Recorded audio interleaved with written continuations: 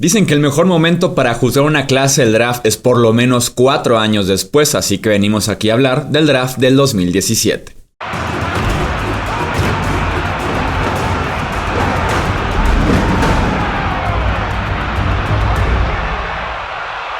¿Qué tal amigos? ¿Cómo están? Bienvenidos a un episodio más del podcast de Hablemos de Fútbol. Yo soy Jesús Sánchez, me acompaña Álvaro Rodríguez para platicar 4 años después de lo que fue el draft 2017. La verdad, una clase que sembró ciertos cimientos de lo que tenemos actualmente en la NFL. Mucho buen talento que tuvimos en aquella clase del draft. Bienvenido Álvaro, ¿cómo estás?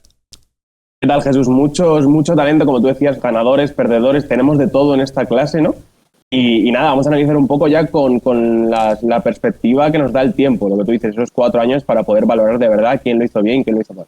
Sí, ya que tuvimos un poquito de carrera por parte de los jugadores, incluso algunos ya con un segundo contrato, obviamente son muy buenas señales esos, así que vamos a evaluar justamente este draft 2017, vamos a dividirlo en día 1, día 2 y día 3.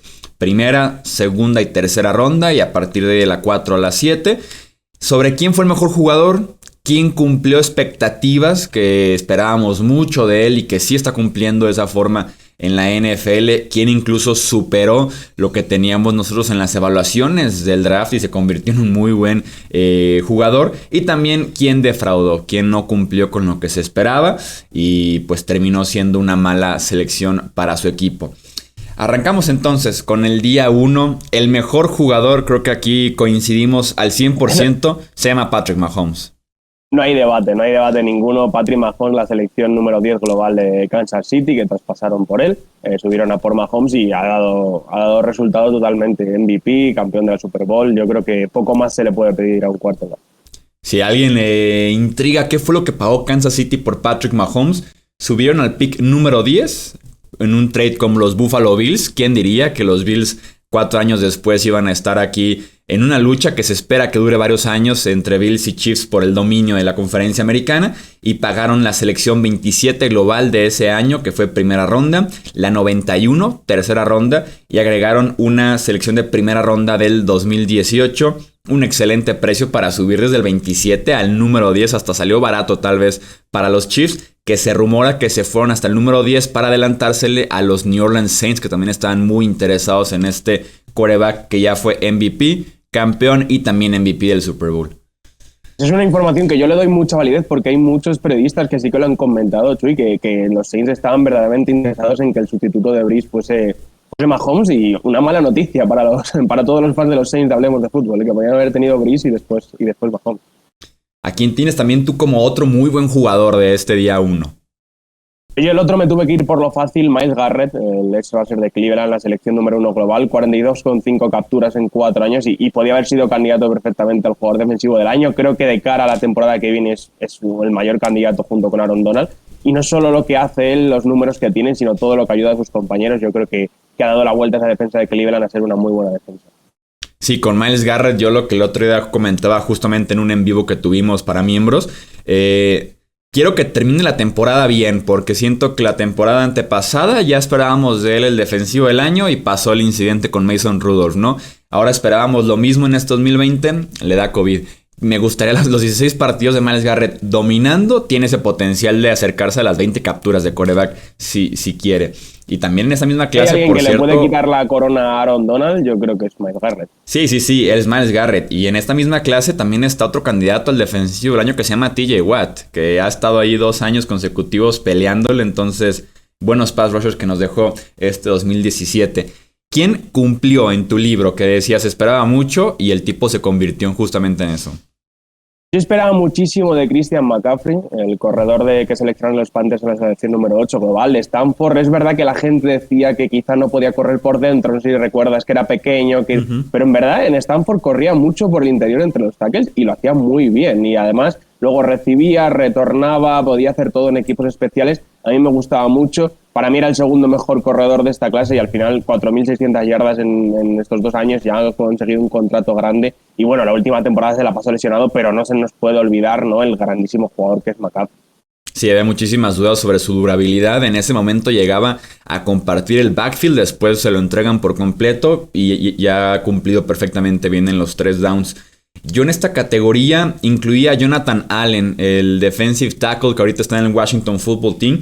Tal vez era de los 2-3 mejores jugadores de esa clase 2017. Inexplicablemente cayó un poco al número 17 en aquel draft 2017. La temporada anterior fue el tercer mejor pass rusher interior en calificación según Pro Football Focus, nada más detrás de los dos mejores, Aaron Donald y Chris Jones. Ya tuvo temporada de 8 capturas, de 6 capturas de quarterback, que son una muy buena cantidad para un tackle defensivo. Creo que se esperaba mucho y ha cumplido bastante bien en esa línea defensiva del Washington Football Team. Y quizá un jugador un poco tapado también, que no se le da mucho mérito a lo que hace, pero muchísimo trabajo sucio también. ¿Quién superó tus expectativas en este draft del día 1? Pues para mí, tengo que decir de Sean Watson, el quarterback de Clemson en los Texans. Yo la verdad es que después de su último año en colegial no esperaba mucho de él. Es verdad que tuvo muchas intercepciones, creo que muchos balones que cayeron del lado malo para él. Lanzó 17 intercepciones en el último año y demostró unas lecturas yo creo bastante mejorables. Creo que es algo que todavía sigue mejorando en la NFL, pero es que su talento de brazo, su capacidad de correr, de dejar escapar de la presión, yo creo que le hace uno de los 5, si no 7, 8 mejores quarterbacks de la NFL liga a día de hoy. Y era un jugador en el que no confiaba tanto como otros. Sí, claro, y por ejemplo tenemos aquí lo que platicamos de la clase del draft, sentados en ciertos cimientos, Patrick Mahomes y Deshaun Watson, ¿no? En la misma clase. Yo de hecho, en quien superó, tengo al mismo Patrick Mahomes. Fue una evaluación complicada Mahomes por lo que generaba en Texas Tech fuera de la estructura. Era mucha improvisación, el pase imposible. Decías, ¿cómo se puede traducir esto si lo encajas en un sistema y que empieza a trabajar solamente en el sistema? Porque tener éxito sostenido en la NFL ganando por fuera de la estructura va a ser complicado. Entonces fue una evaluación muy complicada a Patrick Mahomes. Pensé que iba a tomarle más años el poderse adaptar un poquito a lo que fuera la liga profesional. Y pues a final de cuentas no, ¿verdad? La rompió desde la semana 17 que entró a jugar en su temporada de novato. Y hablando de quienes defraudaron, ¿a quién tienes? Pues aquí tengo a Malik Hooker, el safety de Ohio State, que fue seleccionado en la selección número 15 global por los Colts. Yo después de haberlo visto a Art Thomas, ¿no?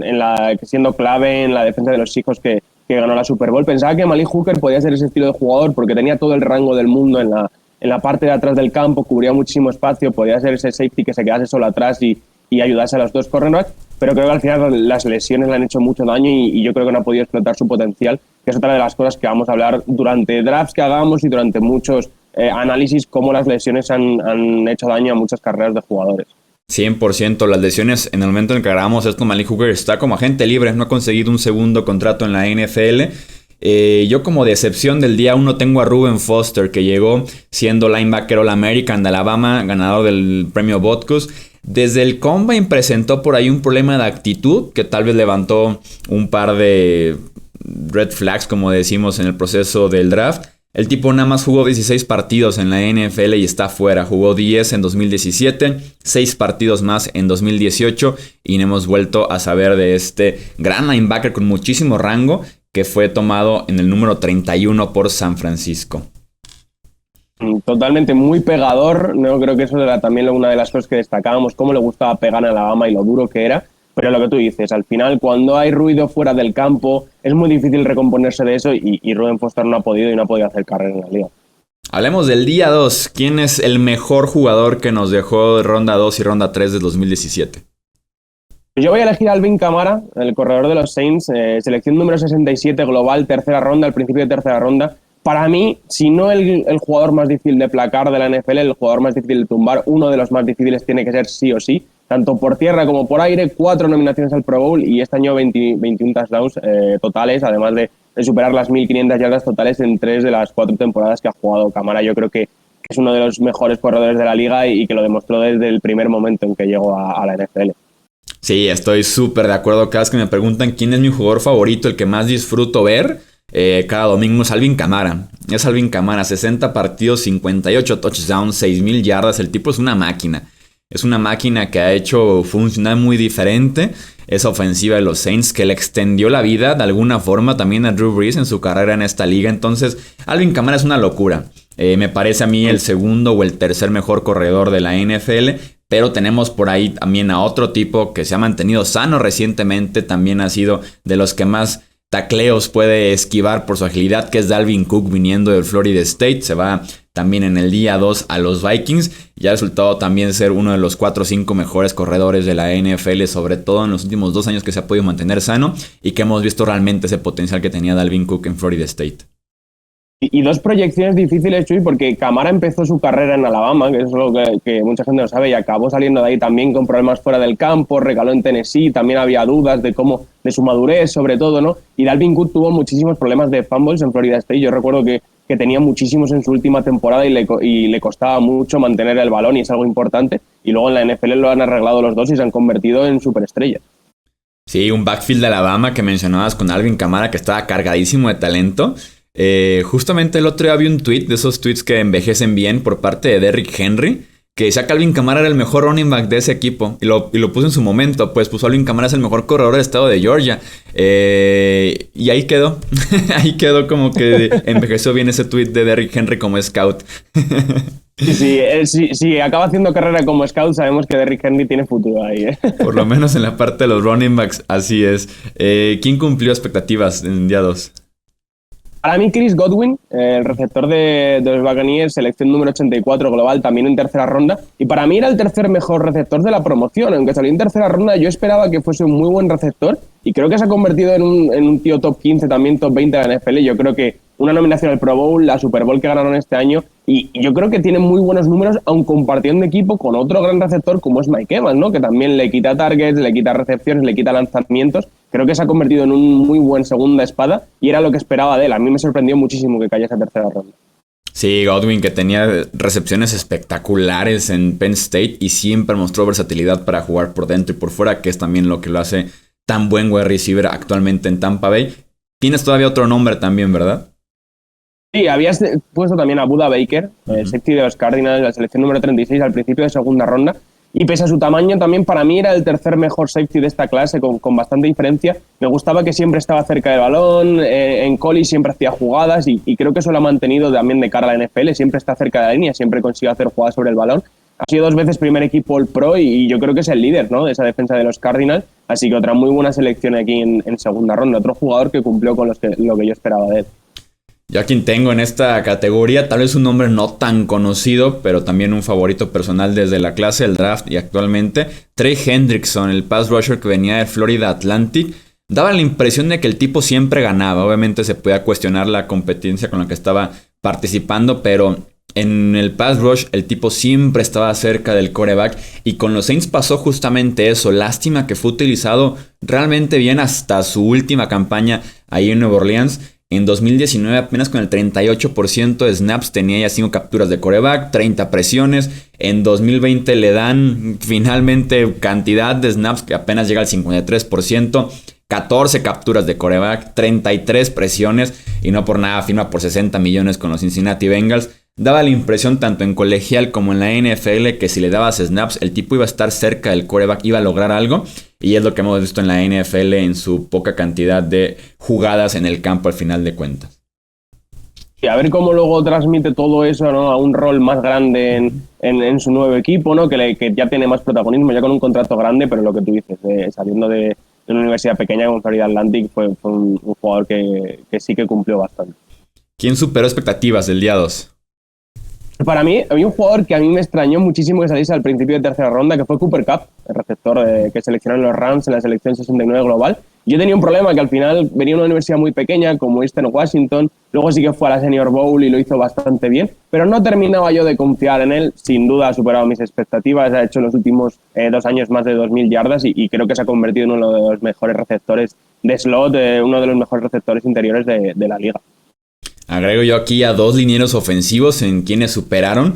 Taylor Moton y Dion Dawkins, seleccionados como guardias en su momento. Dion Dawkins tiene que entrar al quite a jugar tackle izquierdo con Buffalo tras la lesión de Cordy Glenn. Después se complica por ahí el tema del contrato, es cambiado y se queda Dion Dawkins como tackle izquierdo. No es el mejor tackle izquierdo, es por lo menos decente titular. 59 partidos iniciados hasta el momento en esa posición, ya tiene un nuevo contrato, así que en ese sentido cumplió bastante bien. Y digo, venía de ser guardia, se esperaba que jugara esa posición en Buffalo. Y Moton, que también fue tomado para ser guardia en Carolina, y actualmente 48 partidos iniciados y recién firmadito un contrato de 72 millones para ser el segundo tackle derecho mejor pagado de la liga. Para hacer guardias en la universidad fue bastante bueno lo que lograron tanto Moton como Dawkins. Para el equipo también, conseguir dos tackles ahí que puedan jugar de titulares creo que es clave. Sí, sin duda alguna. Y más o menos voy por la misma línea cuando hablamos de quienes defraudaron. Yo esperaba mucho tanto de Pat Elflein, el centro que se va a los Vikings, pintaba como un prospecto muy seguro, y también Forrest Lamb, el guardia que se va a los Chargers. Ninguno de los dos ha resultado ser bueno. Forrest Lamb ya ni siquiera está, de hecho, con los Chargers. Una excepción completamente cuando se veían como prospectos seguros que dominaron durante el colegial. Creo que Lamb también en el Senior Bowl se ve bastante bien. Y al final de cuentas no resultaron para ninguno de los dos sus carreras inicialmente en la NFL.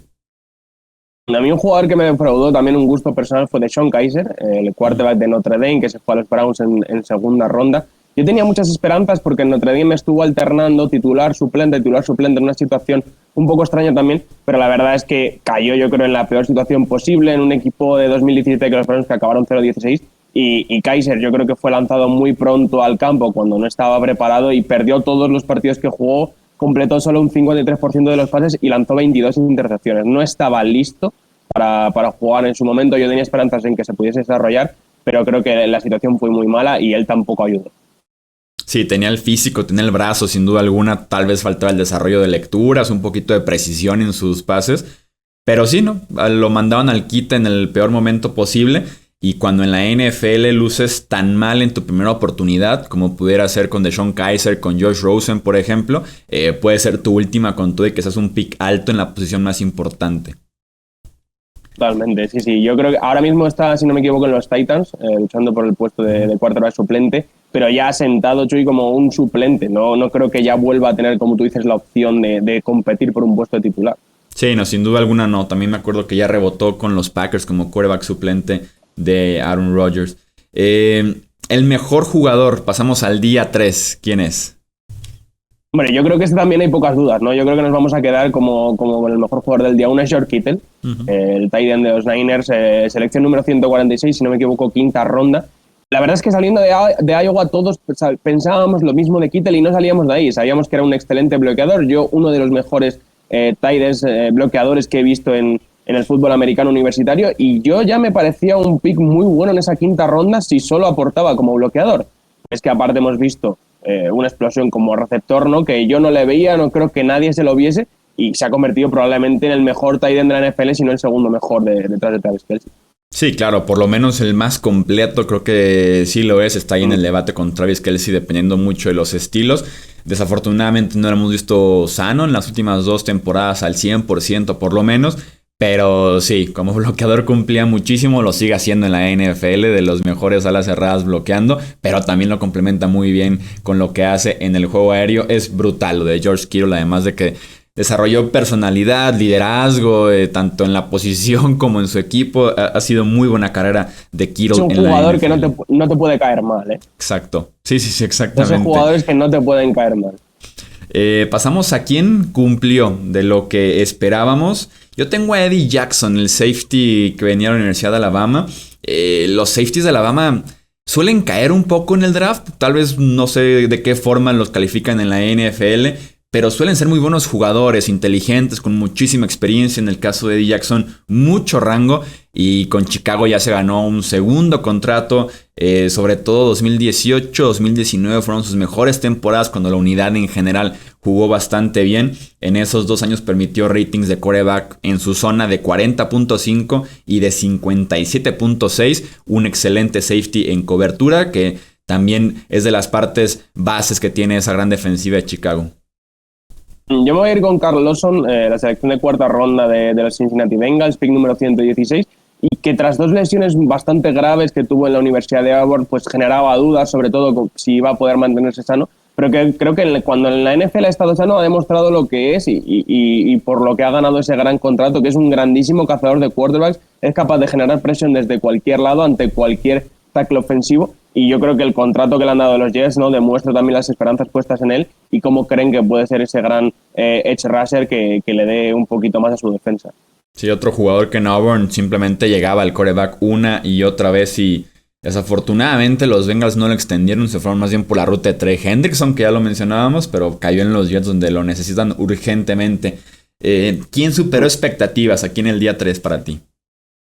Mira, para mí fue Aaron Jones, selección número 182, el corredor de los Packers, y un poco por lo mismo que me pasó con Cooper Kupp. También salía de una universidad pequeña como es UTEP y esperaba que fuese un buen corredor complementario, ¿no? Pero no pensaba que se fuese a convertir en el corredor número 1 de los Packers, que fue a superar 2 veces la barrera de las 1000 yardas terrestres y poder firmar ese segundo gran contrato. Me lo esperaba más como un corredor de terceros downs que pudiese aportar en cuanto a juego de pase, pero que llevase, ¿no?, todo el peso de esa ofensiva en el ataque terrestre no lo esperaba y superó por completo mis expectativas.